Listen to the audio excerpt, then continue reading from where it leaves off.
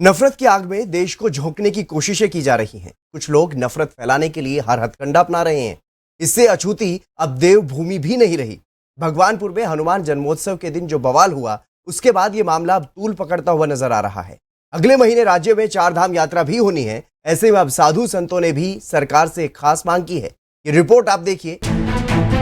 धर्म संकट में फंस गया उत्तराखंड। नफरत फैला रहे धर्म के ठेकेदार। धार्मिक उन्माद के लिए कौन जिम्मेदार? ऋषि मुनियों का देश है भारत। उत्तराखंड में माना जाता है देवताओं का निवास, लेकिन ना देश में शांति है और ना ही देवभूमि अछूती है। नवरात्रि, राम नवमी और फिर हनुमान जन्मोत्सव, हिंदू धर्म के लिए ये दिन काफी महत्वपूर्ण माने जाते हैं।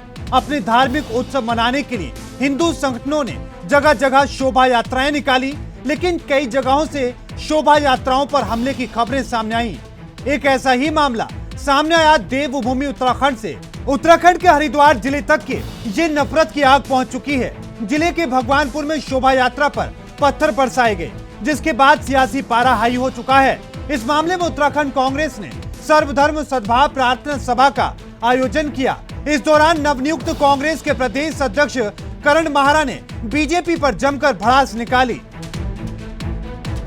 एक पार्टी विशेष, एक विचारधारा की बात कर रहा हूँ। आज पूरे देश में पोलराइजेशन ऑफ वोट हर पढ़ा लिखा आदमी जानता है क्यों हो रहा है। केवल वोटों का एकीकरण करने के लिए, पोलराइजेशन ऑफ वोट के लिए ये सारे दंगे कराए जा रहे हैं। और इसका और प्रोत्साहन कैसे दिया जा रहा है सरकारों के द्वारा, उसका उदाहरण दिल्ली है।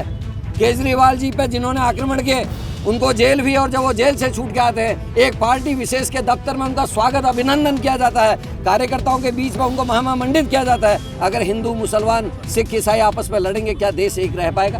क्या इस देश की एकता रह पाएगी? क्या देश को खतरा नहीं होगा? वहीं भगवानपुर में हुई घटना के बाद साधु संतों में आक्रोश है और 4 धाम यात्रा से पहले उन्होंने सरकार से खास मांग कर डाली है। कह रहा हूं कि जितने भी पीएफआई सहित जितने भी आतंकवादी संगठन, इनको तत्काल प्रतिबंधित किया जाए। और यह मैं बार बार कह रहा हूं, उत्तराखंड हिंदुओं का तीर्थ क्षेत्र है। इस पूरे क्षेत्र को तीर्थ क्षेत्र घोषित करके गैर हिंदुओं का प्रवेश रोकिए। और मैं चाहता हूं कि जो भी लोग इस पे दोषी हैं, हमारी रैलियों पे जिन्होंने हमले किए हैं, हमारी जुलूसों पे जिन्होंने हमले किए हैं, उनके ऊपर रासुका लगा करके इनको फांसी की सजा दी जाए।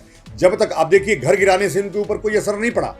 कार्रवाई अब प्लान भी बनाना पड़ेगा, कार्रवाई और तगड़ी करनी पड़ेगी। सरकार से मांग की है कि जो भी ऐसे लोग हैं, चाहे वो हिंदू है, मुस्लिम है, जो भी है, इनकी कोई जाति नहीं होती है। ये लोग, इनका काम है दंगा करना, और जब दंगा होता है उसके बाद पूरा समाज बदनाम हो जाता है। तो इन पे जो है कार्रवाई अति आवश्यक है। इसके बाद सीएम धामी भी ये कहते नजर आए कि प्रदेश में सरकार अपने स्तर पर काम करेगी और यहाँ के लोगों की वेरिफिकेशन की जाएगी ताकि प्रदेश में शांति बनी रहे। हमारा प्रदेश शांत रहना चाहिए, हमारे प्रदेश की धर्म संस्कृति बची रहनी चाहिए। उसको लेकर सरकार अपने स्तर से भी इस पर ड्राइव चलाएगी और हम कोशिश करेंगे कि जिन लोगों के यहाँ पर ठीक प्रकार से वेरिफिकेशन नहीं है, उनके भी वेरिफिकेशन हो। कोई इस प्रकार के व्यक्ति उत्तराखंड के अंदर ना आए जिनके कारण से यहाँ पर स्थिति खराब हो। देखिए, हमारा प्रदेश बहुत शांत प्रदेश है, धर्म और संस्कृति का केंद्र है। यहाँ पर अतिक्रमण के लिए कोई स्थान नहीं है। यहाँ पर सरकारी भूमि पर कब्जे के लिए कोई स्थान नहीं है। दंगा करने वाले, फसाद करने वाले या अनावश्यक रूप से धार्मिक उन्माद फैलाने वाले, उपद्रव करने वालों के लिए भी कोई स्थान नहीं है। हमने कहा है कि कल भी जो घटना हुई है उस पर ठीक प्रकार से जांच हो, सख्ती से जांच हो। जहाँ पर भी इस प्रकार की चीज़ें आएंगी वहाँ पर सख्ती से कानून अपना काम करेगा। देश के सामने बड़ा धर्म संकट है। पहले धार्मिक उन्माद, फिर साधु संतों का आक्रोश, कांग्रेस का सरकार पर वार, बीजेपी सरकार का एक्शन। कुछ असामाजिक तत्व जो देश में नफरत फैलाने का काम करते हैं, उनकी वजह से पूरा समाज बदनाम हो जाता है। किसी एक समुदाय को नहीं, बल्कि देश के हर एक नागरिक को इस मुसीबत से दो चार होना पड़ता है। इन दिनों देश भर से जो अलग अलग हिंसा की तस्वीरें सामने आ रही हैं, वो तो बेहद शर्मनाक है ही, लेकिन देवताओं की भूमि उत्तराखंड भी इस नफरत की आग से झुलस रही है। ये उससे भी ज्यादा चिंता की बात है। देहरादून से विपिन नागी और हरिद्वार से मयंक वर्मा के साथ हितेंद्र की रिपोर्ट, R9 न्यूज।